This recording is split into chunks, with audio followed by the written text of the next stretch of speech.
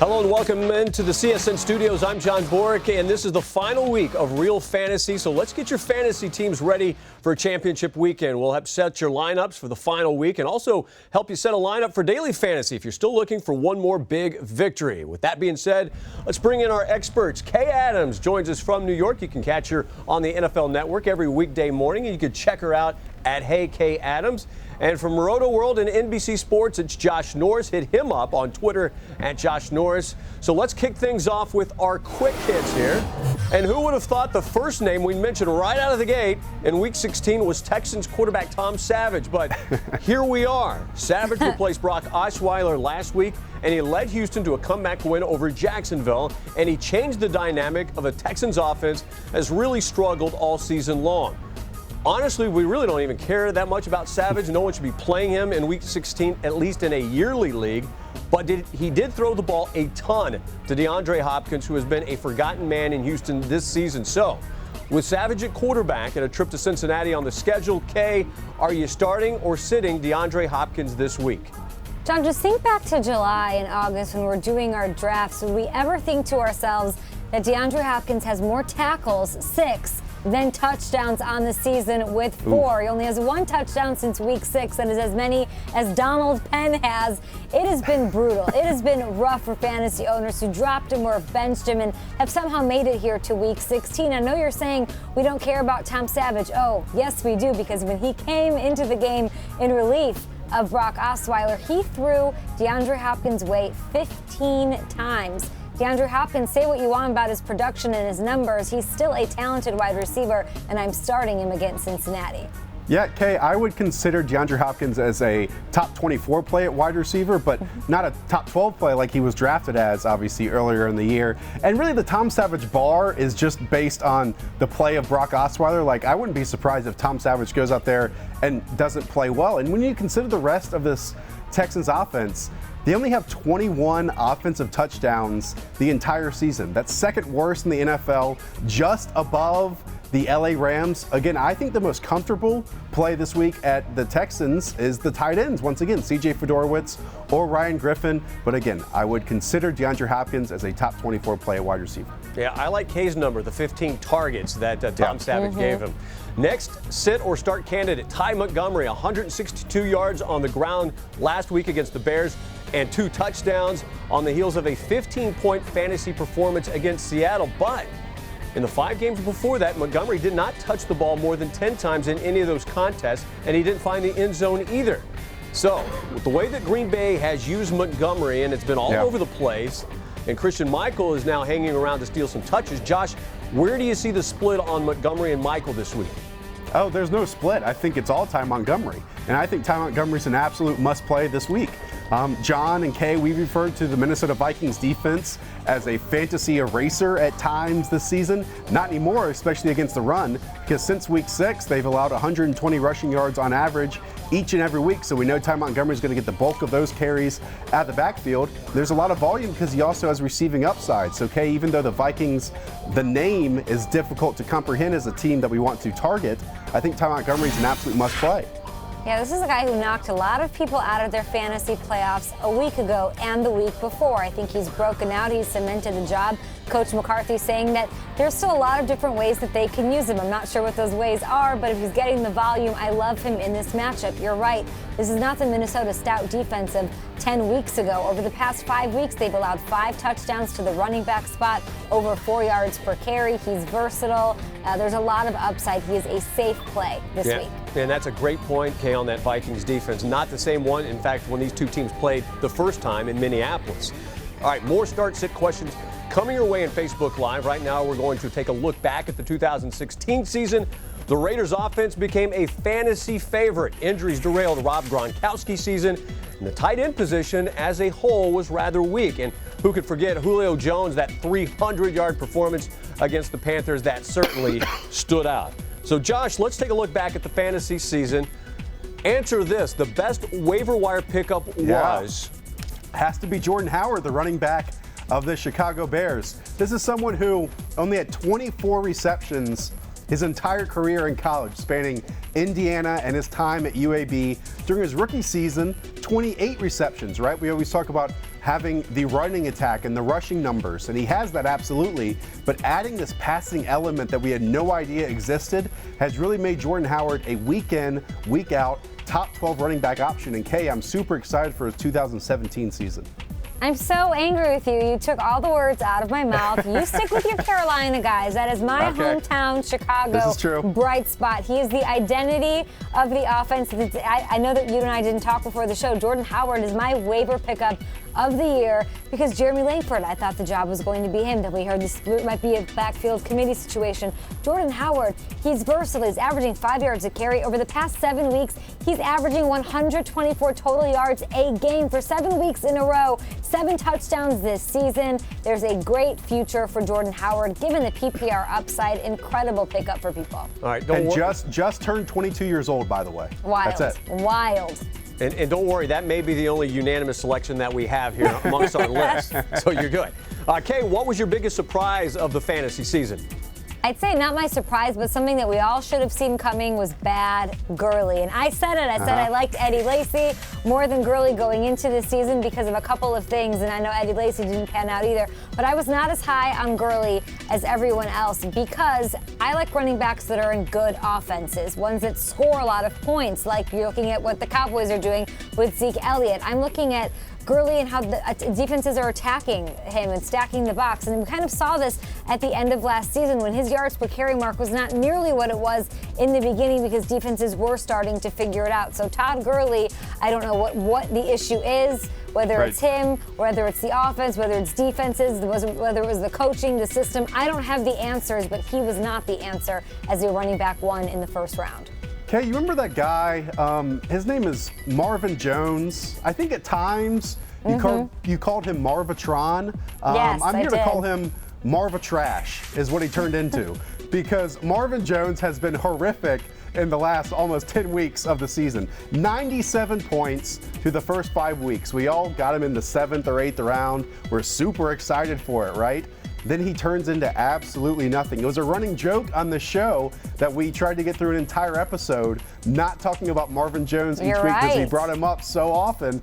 And now I don't even think I'm going to draft him moving forward in any year because he's just not dependable in this offense and how it's constructed right now. All right, finally, your 2016 most valuable player in fantasy football. I'm going to start with this one, and you guys are going to have to talk me out of how can it not be Cardinals running back David Johnson. He was a mid to late first round pick, but look at these numbers. He's on pace to go over 2,000 total yards. He's lead the NFL in touchdowns. In fact, he could, if 3 more touchdowns his last 2 games, he could get to that 20 touchdown mark. And even in games against tough defenses, I think back to that game, that 6-6 tie, that ugly game against Seattle, he still put up numbers against that Seahawks defense. So he was consistent year round. And I look at him and think he could be the #1 overall pick next season. So, Kay, all right, that being said, who's the fantasy MVP? Really quick, Josh, you know how I feel about David Johnson. If we were to have a pie chart, he's the identity of that entire. He's a big part of that offense there in Arizona. But the thing is, with David Johnson, you took him in the first round or the second round, and so you knew he would pay off. So if we're talking most valuable player, the guy that was the biggest value, look no further than one that was undrafted in most leagues.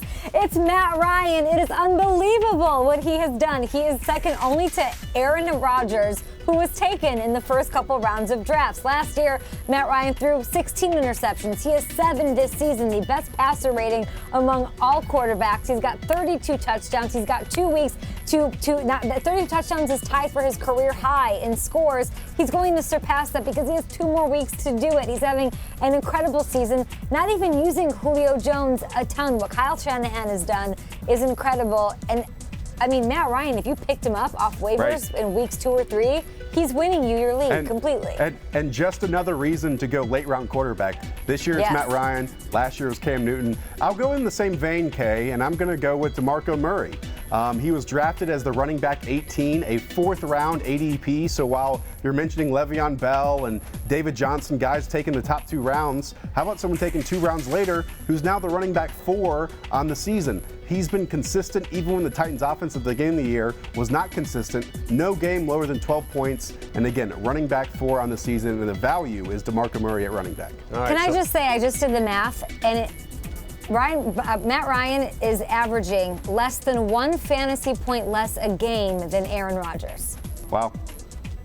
So it's all good stuff and all relative to where they were drafted. So I see where you guys are coming. Yep. All right. Great start, great info, and we're just getting started. Our next stop, Facebook, as we'll tackle your important Week 16 questions. Kay and Josh will lead you to the promised land as we help you sort out all those tricky start-sit dilemmas. And they've been battling it out in daily fantasy all season long. We'll reveal the winner of their season-long competition, all coming up right here on CSN.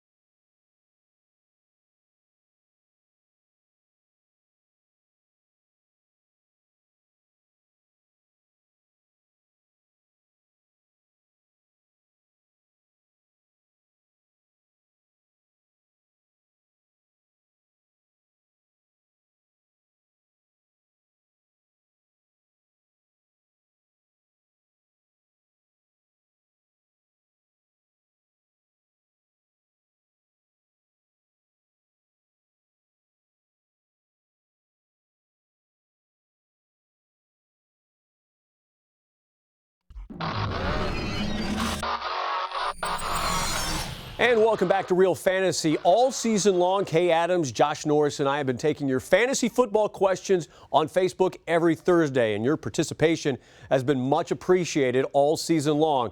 We hope we've helped you on the way to a fantasy championship. Here's the best questions from this week. Let's start with, for teams that like to stream defenses. Kay, I know you love to stream a defense, so do I. We look at these Week 16 matchups. What's the defense that you'd like to pick up to stream this week? I think I'm going to go with the Packers in this one. They have the Vikings. Their offense is anemic. Whether or not they have Adrian Peterson on the field is a non-factor to me. Green Bay looks improved. They are cheap in a daily situation, so Packers are my defense to stream. Tight end question here. Clay, Gresham, or Fleener, Josh? Pick one of the three. Yes. I know it's Clay. Charles Clay has done well in recent weeks. His first 2 touchdowns of the season in the last 2 weeks. We've already established on the show that Kobe Fleener is #not very good at football. And Jermaine Gresham has kind of gotten through his phase of being, a streaming tight end option. I don't know if he's that anymore. So yeah, I think Charles Clay is the right play, Kay. Charles Clay based on, I think, volume, based on the fact that Gresham has to go into Seattle and play. You have to pick Charles Clay, who I always joke, always good for that 1 touchdown this season, but as of late, he's got the momentum on his side. I think we need to come up with Josh's #who's not very good at football team. Just have a whole team of who's not very good at football in the NFL. First and second stringers. There's All enough. right. All right, Kay, Daniel wants you to pick 3 from a running back flex perspective. Robert Kelly, Frank Gore, Bilal Powell, Thomas Rawls. Take 3 of 4. Ooh. Oh, I think I'm going to sit Rawls. I agree, Kay. In this one, wow, you and I never agree. What's going on here in our season finale? It's Christmas. Right. It's the holiday You season. and I We are spend too agreeing. much time around each other, I guess. I'm getting too many questions, I think, on Twitter about Robert Kelly. I love him in this matchup up against Chicago. I think he will be great. Bilal Powell, game script alone, the Jets going up against the Patriots. You know what Tom Brady's going to do because you saw what Matt Moore did against them on Thursday. So I think that Bilal Powell will be a huge factor in this one with Petty on the field. I think you have to sit Rawls because I don't trust him. Good stuff. Coming up on Real Fantasy, Robert Kelly was a no-show Monday night against the Panthers, but Josh thinks he'll pay off big in DFS this week. More daily fantasy on CSN.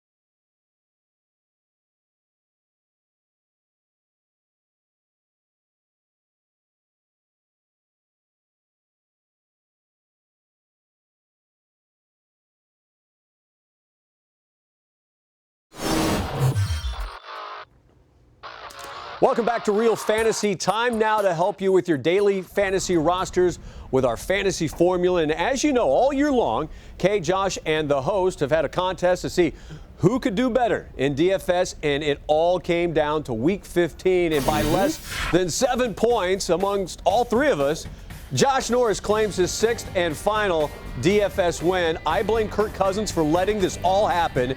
So Josh is your daily fantasy winner for 2016. What do you want, a gift card, a little trophy, some balloons? Well, no, you know what? Like, I didn't really want too much for it. Usually they hand out like participation trophies for these types of things. Did you guys get those in the mail? Because I got this big thing that's, don't mind that it's a baseball trophy at all. I didn't just take it from someone's desk over here. It really is a big thing. And what? When you win a championship, you're supposed to give it a kiss. Is that right? Here, just give me a moment. I need a moment, everyone. I need a moment. Act like you've won something before, Norris. Well, I haven't. That's the problem. That's the issue. Congratulations, you have crushed it and helped a lot of people. So Thank always, you. Kay, always a pleasure. I want to thank you. Kay, I want to thank you for giving me my start out of my kitchen in Charlotte through online videos to getting here now. I give this all to you. Started from the bottom and now you. you're here, buddy. There we go. That's some lyric, I think. Josh, next time scratch out the part that says second grade on that trophy, okay? Got it. Okay. Got it. Yeah, all right, it's right there.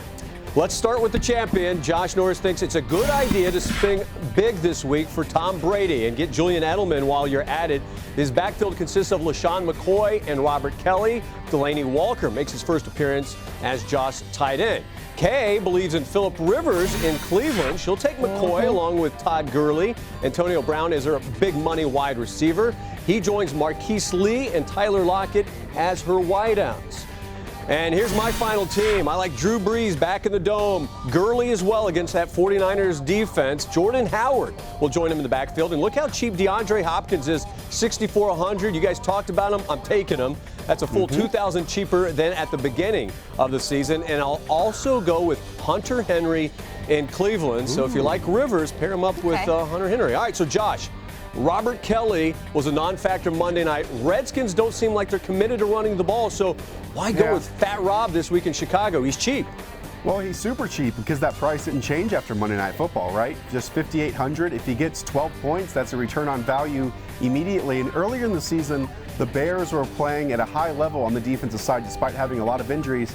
Finally caught up to them about 5 weeks ago when both inside linebackers were lost for the season, allowing 150 rushing yards on average since that time. Look, we know that they've been passing a lot, the Redskins, so maybe in order to win, they might have to run a bit more, and I think it's going to be Rob Kelly who does it. All right, and Kay, Antonio Brown has seen his price drop, only $8,300 this week on FanDuel, so you grab him. You also go with Tyler Lockett at the discounted price of $4,700. Yeah, it's sort of a minor discount. What I like to do is sort of zig when everybody's zagging. And if you look at Antonio Brown, he's a little bit cheaper because his production has been a little more quiet lately. He's averaging less than 65 yards a game over the past 3 weeks. Guys like Cameron Meredith are averaging more yards than that in that time. But if you look at the good news there, he historically owns the Ravens, and that's, of course, who he has this week. So I'm happy to invest in him because in his last 5 games against the Ravens with Big Ben, I'm looking at the stat right now, he's averaging 100 yards a game. He has scored 2 touchdowns, so he, I think, will pay off for me, and it's worth that price tag. You look at Tyler Lockett, I think some people will steer clear of him even though we had that career-high 130 yards a week ago because it is Arizona, but Arizona's allowing the 5th most points per game to opposing wide receivers over the last 5 weeks. You look at a guy like Brandon Cooks, who sort of reminds me of Tyler Lockett, and he just went bonkers against Arizona, so I believe Tyler Lockett has that same upside. All right, come with the fire. That's a lot of stuff, Kay. All right, good stuff. Now, last week, Josh and I paid up big time at the running back position, going with Bell and Johnson. This week, I'm going to go down a notch, and I'm going to start with Jordan Howard. And you guys talked about what a great waiver wire pickup Jordan Howard has been. And the one thing that I took away from that Monday night game against Carolina is the Redskins had to stop Jonathan Stewart to get the ball back there late in the fourth quarter. They just couldn't do it. You knew what they were going to do. They couldn't do it. So what do you think Jordan Howard's going to do at home against that Redskins run defense? It all started at the beginning of the year. Remember when the Steelers, D'Angelo Williams, ran all over them on a Thursday night game? It has been that way all season long for Washington's defense. 7,200, I think that's a good fit. And Todd Gurley, look, I don't know if I played Todd Gurley in DFS all season long, but when I see that San Francisco is giving up over 170 yards on the ground alone, Kay, can I bank on Todd Gurley to give me 100 yards and a touchdown this week? In a word, absolutely, yes you can. It's a perfect matchup for him. The volume will be there, and a lot of people will want to play him. I'm happy you're doing it. You'll get yourself a win. All right, Josh, Kay, thank you so much. And congratulations, Josh. We'll see if you can do it again next season. All right. I will. Congrats. Yep. That's our final advice for Daily Fantasy. Let's peer into our crystal ball one final time. All right, we're not quite done helping fantasy owners for 2016. Kay, best player who should perhaps be on your bench because of a bad matchup this week. Ooh, Jimmy Graham. I know you love him, you want to play him, but Arizona's only allowed 1 tight end to score a touchdown all season. That is staggering. Nobody's tougher against the position. Do not play Jimmy Graham in Week 16. And I'll stick at the same position. It's Tyler Eifert going up against the Houston Texans. The Texans are only allowing 36 yards per game to tight ends. In fact, Kay, I would rather play either Texans tight end than Eifert or Graham this week. Yes, I agree. All right, Josh, let's look at a player who has started in less than 50% of the leagues out there. Who should be in your starting lineup and who could be an X factor for your fantasy football championship? I'm not going to say I'm cheating here, but he's at 45%, and that's Bilal Powell, obviously the running back of the come Jets. on. Hey, Kay, look, only 45%. It's not my mistake people are making. They're the ones making the mistake. We've talked about it. Powell is a league-winning type running back. It might not be in the running game this week, but in the air against the Patriots as a receiver. All right, I'm going to go with a guy who's got one touchdown since, one touchdown in the last 9 games. I'm going back to the tight end spot and telling you to play Martellus Bennett going up against the Jets over the last 5 weeks. Nobody's giving up more fantasy points in the position. They've allowed 5 touchdowns in 5 games, 2 to Deion Sims, 3 to Dwayne Allen. Play Martellus Bennett against New York. All right, that's a big X factor. I like Bennett. I'm going to pencil that one in. Looking way ahead into the crystal ball. Now, here's what I think the first round in a lot of drafts could look like for 2017. I have running backs going 1, 2, 3. Johnson, Bell, Elliott, now certainly in a PPR. The steady Antonio Brown as the first wide receiver off the board. No quarterbacks and no tight ends worthy of a first-round pick, I think, for 2017. 100%. So I turn to you guys now looking ahead to next year, as a lot of people, a lot of owners are doing because they're out at this point. Who's the player you think you'll most be intrigued by, Kay? I'm going to go with Michael Thomas, the rookie. We can't wrap up the show without talking about the one guy that Josh and I have agreed on every week of this season. He had 8 touchdowns this season. He's got 883 yards, 2 games to go. He's played 13 games. He's fantastic and really incredible. And I will maintain that he is the best raw talent wide receiver that Drew Brees has ever thrown to. Love it, Kay. How about Ty Montgomery? Not just because he's a running back wearing number 88, but because if he finishes the season on a high note, I wouldn't be surprised if the Packers don't add a running back in the offseason, and then it's a Ty Montgomery show heading into next year. We know that that's a great situation to be in that high-powered Packers offense. So Ty Montgomery might be a top 12 running back next season. And I'm going to take a look towards the draft, and I'm going to be very intrigued to see who takes Leonard Fournette. I think he's an incredible talent coming out of LSU, and I think if he goes to a team that's got a pretty solid offense, he could be a late first round or even second round pick in the draft. So Leonard Fournette, somebody I'm going to keep an eye on. All right, that's going to do it for us here on Real Fantasy. Thank you so much to Kay Adams and Josh Norris for their time and hard work all season long. I'd also like to thank our director, Mark Zaner, our editor, Steph Delancey, and producer, Mark Zaner, for their roles behind the scenes. And, of course, thanks to all of you watching at home. Good luck in your championship games in Week 16. I'm John Boruk. We'll see you again next season.